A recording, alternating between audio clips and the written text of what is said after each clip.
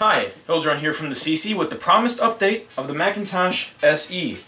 So, yesterday, we as in my father and I, he wanted to help out, I thought that'd be cool, we took a hard drive that was from the Color Classic, which is now using a Macintosh 2CI hard drive. I mean, it's the same type of drive, it was just in a Macintosh 2CI to begin with. And we wanted to put that hard drive inside here because, like I said in the last update, the external enclosure that was running System 6 died. So, after trying to get that Macintosh Color Classic hard drive to work in an external enclosure, which it didn't, we tried putting it in here internally.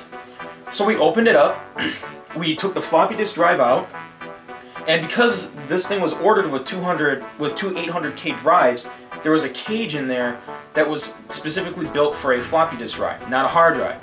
So we had to do some bending to get the SCSI port visible for the motherboard to connect to it. So after we took the floppy drive out and bent part of the cage, we were able to fit a hard drive in there. I had to scavenge some parts, and we didn't have a power cable for the hard drive, and the only one we could get was a female to male connection. We needed a dual female power cord for the hard drive.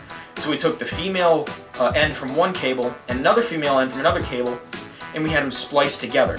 So we spliced the cord together, the wires together, and put the cord on the motherboard and connected it to the hard drive. I took a SCSI cable from one of my other computers that I wasn't using it for anything, so I just plugged that into the SE and into the hard drive, which is now right here. Since the floppy disk thing is gone, you can now actually see the hard drive through there. And we put that inside, put it back together, and powered it up. It didn't work. The hard drive did the same thing it did in the external enclosure. It spun up and then spun down. I made the conclusion then that the hard drive was dead.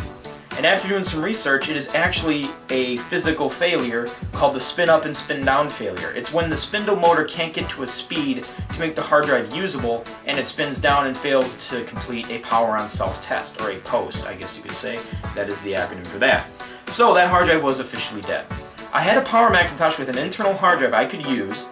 I would set up an external hard drive to use with that power Macintosh instead. So I took the internal hard drive out of there, put it in an external enclosure, and tested it with this computer, and it worked. I installed Macintosh System 6 on it and some other software on the install diskettes. So once that was done, what you're about to see is the process of taking the hard drive out of that enclosure, taking the dead hard drive out of the SE, and putting that good hard drive back in here and booting it up. And no failures this time, it worked perfectly fine, the spliced wire still stayed intact. Yes, we still had the cage that was bent and broken a little bit, but we had to do that to fit the hard drive properly, and then we had to use some sticky tape to get it all together. And everything seemed to work out, so enjoy.